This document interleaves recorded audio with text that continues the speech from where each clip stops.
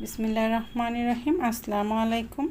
নীতি সহজরান্নার সমাহারে আপনাদের সবাইকে স্বাগতম জানিয়ে আজকে আবারও চলে আসলাম বেশ মজার মজার কয়েকটি রেসিপি নিয়ে। একটি হলো পটল ভাজি, বেগুন ভাজি আর ছোট ইলিশ মাছ ভাজি রেসিপি। আপনারা কম বেশি সবাই কিন্তু এই রেসিপিগুলো তৈরি করতে পারেন, তবে আমি যেভাবে তৈরি করি আর এই বৃষ্টির দিনে খিচুড়ি ভাত বা পোলাও বা সাদা ভাতের সাথে যে খাবারগুলো খেতে ভীষণ মজার লাগে সেই রেসিপিগুলো আপনাদের সাথে শেয়ার করেছি। ইনশাল্লাহ ভালো লাগবে। আবার অনেকে কিন্তু আপনারা এই ছোট ইলিশ মাছটা কাটার জন্য খেতে চান না, তো কিভাবে ভাজলে এই মাছটা আপনারা সহজেই খেতে পারবেন, কাটা গলায় ফুটবে না, সেই রেসিপিটি আপনাদের সাথে আমি শেয়ার করছি। তো এখানে আমি 600 গ্রাম পরিমাণ পটল নিয়ে নিয়েছি। পটলগুলো খুব ভালো মতো ধুয়ে সাইড থেকে একটু কেটে নিয়েছি। এর মধ্যে দিয়ে দিলাম 2 চা চামচ পরিমাণ ঝালের গুঁড়া, 1 চা চামচ পরিমাণ হলুদের গুঁড়া আর লবণ আমি এখানে দিয়ে দিচ্ছি হাফ টেবিল চামচের থেকেও একটু কম, বা আপনারা আপনাদের মুখের টেস্ট অনুযায়ী লবণটা কম বেশি করে দিয়ে নিতে পারেন। এখন সব কিছু দিয়ে খুব ভালো মতো পটলগুলো আমি মেখে নিচ্ছি। আমি আমার পরিমাণ অনুযায়ী সব জিনিসগুলো এখানে নিয়েছি বা সব উপকরণগুলো নিয়েছি, আপনারা আপনাদের পরিমাণ অনুযায়ী সব উপকরণগুলো নিয়ে নিতে পারেন। তো পটলগুলো খুব ভালো মতো মেখে নেওয়া হয়ে গেছে, এখন এটি একপাশে রেখে দিচ্ছি। তো এখানে আমি 2টি মাঝারি সাইজের বেগুন নিয়ে নিয়েছি। বেগুনে একটু পোকা ছিল, সাইড থেকে আমি কেটে বাদ দিয়ে যতটুকু নেওয়া সম্ভব নিয়ে নিয়েছি। দিয়ে দিলাম 1 চা চামচ পরিমাণ ঝালের গুঁড়া, হাফ চা চামচ পরিমাণ হলুদের গুঁড়া আর দিয়ে দিচ্ছি এখানে আমি লবণ হাফ চা চামচ পরিমাণ। আপনারা আপনাদের মুখের টেস্ট অনুযায়ী লবণটা ঝালটা নিয়ে নিতে পারেন। দিয়ে দিলাম এখানে আমি 1 চিমটি পরিমাণ চিনি।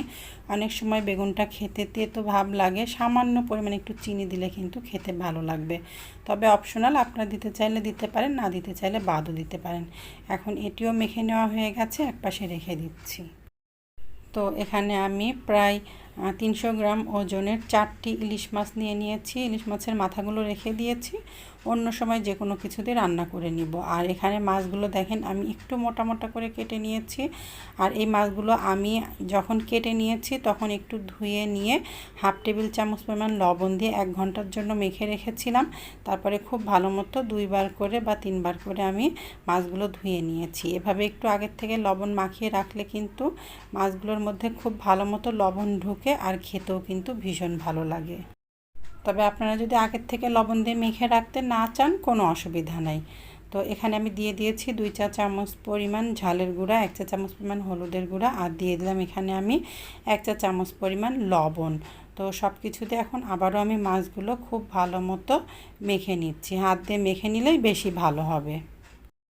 তো মাছগুলোও মেখে নেওয়া হয়ে গেছে, একপাশে রেখে দিচ্ছি। আর এখানে আমি হাফ কাপ পরিমাণ পেঁয়াজ কেটে নিয়েছি আর নিয়েছি 2টি কাঁচামরিচ, এটি আমি পটল ভাজাতে ব্যবহার করব। আর এখানে আমি কাঁচামরিচ 2টা মাথার দিক থেকে একটু কেটে নিয়েছি আর নিয়ে নিয়েছি 1 কাপ পরিমাণ পেঁয়াজ কুচি আর 4টি কাঁচামরিচ কুচি, এটি আমি মাছ ভাজাতে ব্যবহার করব। এভাবে পটল ভাজা আর মাছ ভাজাতে যদি একটু পেঁয়াজ আর মরিচ ব্যবহার করেন তাহলে কিন্তু খেতে ভীষণ ভালো লাগে এই পেঁয়াজ আর মরিচ ভাতের সাথে মেখে খেতে। তবে যদি আপনারা পেঁয়াজটা পরিমাণে কম দিতে চান তো কম দিতে পারেন। আমি যেহেতু 2 বেলা খাওয়ার জন্য তৈরি করছি আর সদস্য সংখ্যাও একটু বেশি আছে, এজন্য আমি আমার পরিমাণ অনুযায়ী নিয়ে নিয়েছি। তো কড়াইয়ে আমি পরিমাণ মতো তেল নিয়ে নিয়েছি। তেলটা হালকা একটু গরম হয়ে গিয়েছিল, এর মধ্যে আমি দিয়ে দিচ্ছি কেটে রাখা বেগুনগুলো। এখন আমি ঢাকনা দিয়ে ঢেকে এটি হতে দিচ্ছি এক পাশটা একটু লালভাবে ভেজে নেওয়া পর্যন্ত। আর চুলার জালটা রয়েছে মিডিয়াম লোতে। তো কিছু সময় হয়ে গেছে, প্রায় 3-4 মিনিট মতো হয়ে গেছে। ঢাকনাটা খুলে নিচ্ছি, আমি বেগুনগুলো একটু উল্টিয়ে নিচ্ছি। দেখেন একটা পাশ কত সুন্দরভাবে ভাজা হয়ে গেছে আর কিছুটা সফট হয়ে গেছে। তো বেগুনগুলো সব উল্টিয়ে নিচ্ছি, তারপর আবার আমার রেসিপিতে ফিরে আসছি। তো বেগুনগুলো সব উল্টে নিয়েছি, এখন ঢাকনা দিয়ে ঢেকে আবারও কিছু সময়ের জন্য হতে দিচ্ছি। তো আবারও 3-4 মিনিট মতো হয়ে গেছে। বেগুনগুলো অপর পাশটাও খুব ভালো মতো ভাজা হয়ে গেছে আর বেগুনগুলোও কিন্তু সফট হয়ে গেছে। আপনারা ঢাকনা খুলে দেখবেন যে বেগুনগুলো যদি একটু শক্ত শক্ত থাকে আরও কিছু সময় ঢাকনা দিয়ে ঢেকে হতে দিবেন। তো এখন আমি যেহেতু বেগুনগুলো ভাজা হয়ে গেছে বেগুনগুলো তুলে নিচ্ছি। তো দেখেন কতটা লোভনীয় দেখা যাচ্ছে। গরম গরম ভাতের সাথে কিন্তু এই রকম বেগুন ভাজা খেতে ভীষণ ভালো লাগে। তো এখন আমি এই একই তেলের মধ্যে পটলগুলো সব ভেজে নিব। তেলটা একটু কম মনে হচ্ছে, এই জন্য এর মধ্যে আমি আরও কিছুটা তেল দিয়ে নিব। আর আমি কিন্তু সরিষার তেলটা এখানে ব্যবহার করেছি, কারণ আমি আমার রান্নাতে সরিষার তেলটাই ব্যবহার করি। আপনারা আপনাদের রান্নাতে যেই তেলটা ব্যবহার করেন সেটাই নিতে পারেন। তো এখন ঢাকনা দিয়ে ঢেকে এটি হতে দিচ্ছি কিছু সময়ের জন্য। আর চুলার জালটা মাঝারির থেকে একটু কমে আছে। আর আমি এই ঢাকনাতে যে ছিদ্রটা ছিল এটি টিস্যু দিয়ে বন্ধ করে দিয়েছি, কারণ পটলটা যেহেতু একটু শক্ত হয় আর এটা সেদ্ধ হতেও একটু বেশি সময় লাগে। এভাবে যদি ঢাকনাতে ছিদ্র থাকে, ছিদ্রটা টিস্যু দিয়ে বন্ধ করে নেন, তাহলে কিন্তু পটলগুলো দ্রুত সেদ্ধ হয়ে যায়। তো দেখেন আমি উল্টিয়ে নিচ্ছি পটলগুলো। প্রায় 3-4 মিনিট মতো হয়ে গেছে। এক পাশ ভেজে নেওয়া, আমি উল্টে দিচ্ছি। দেখেন কতটা সুন্দর কালার এসেছে আর একটু সফট হয়ে গেছে। তো আমি সব পটলগুলো উল্টে নিচ্ছি, তারপর রেসিপিতে ফিরে আসছি। তো পটলগুলো উল্টে দিয়েছি, আবারও ঢাকনা দিয়ে ঢেকে এটি হতে দিচ্ছি কিছু সময়ের জন্য।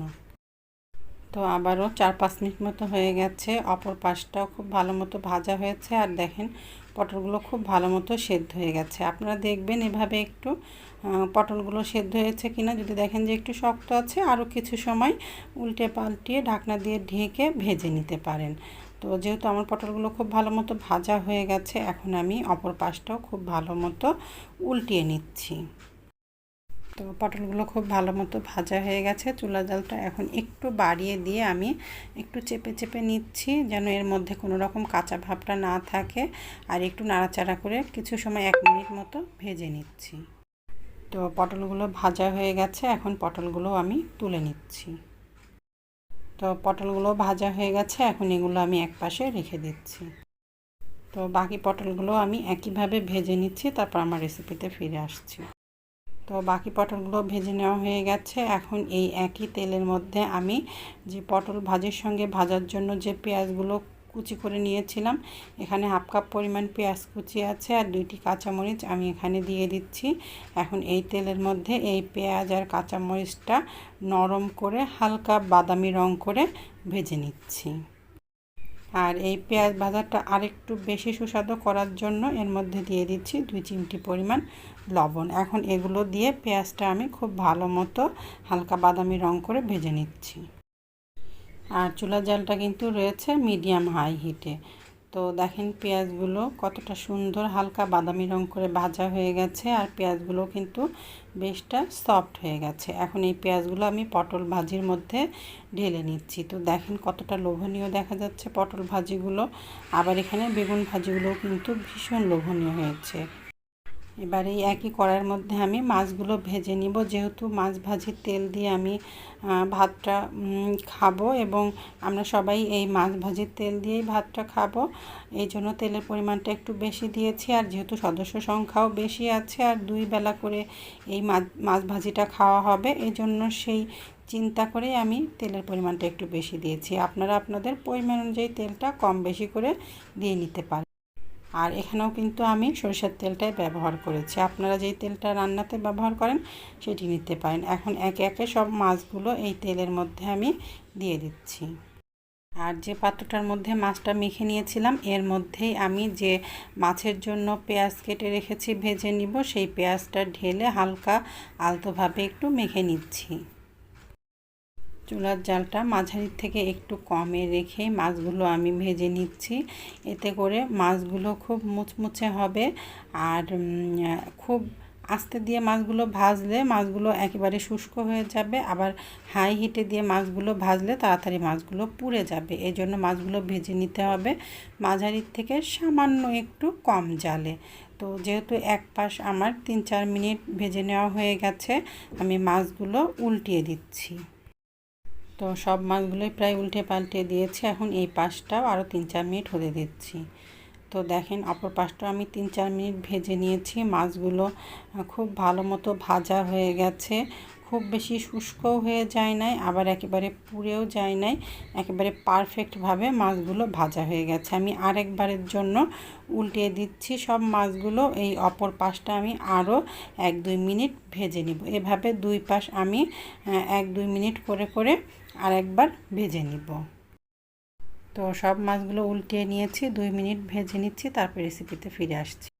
তো 2 মিনিট মতো ভাজা হয়ে গেছে, আমি আবারও উল্টিয়ে নিচ্ছি সব মাছগুলো, নিয়ে এই পাশটাও 2 মিনিট ভেজে নিচ্ছি। প্রথমে আমি 4 মিনিট করে ভেজে নিয়েছিলাম, তারপরে আমি 2 মিনিট 2 মিনিট করে ভেজে নেব। মোট 2 পাশ মাছগুলো ভেজে নিতে সময় লাগবে 6 মিনিট করে। তো মাছগুলো 2 মিনিট ভাজা হোক, তারপর রেসিপিতে ফিরে আসছি।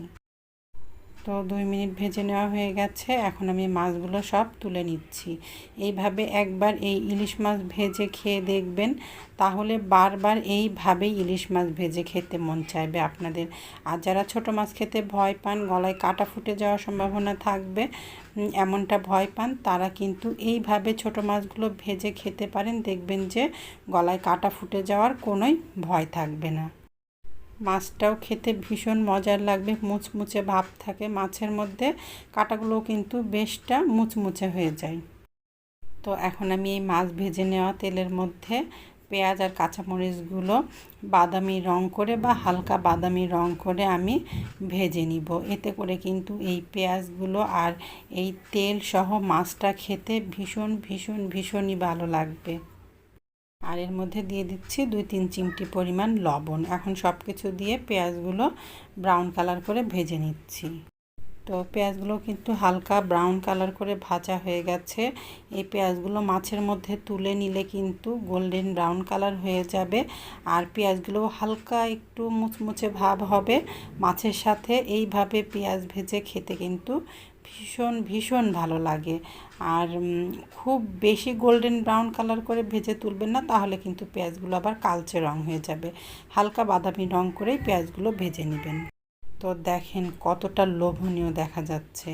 আপনারাও কিন্তু এই বৃষ্টির দিনে এইভাবে ছোট ইলিশ মাছ, বেগুন, পটল এগুলো ভেজে গরম গরম ভাতের সাথে, খিচুড়ি ভাত বা সাদা ভাত বা পোলাও ভাতের সাথে খেতে পারেন। খেতে অসাধারণ লাগে, কোনো রকম মাংসের কোনোই দরকার লাগে না।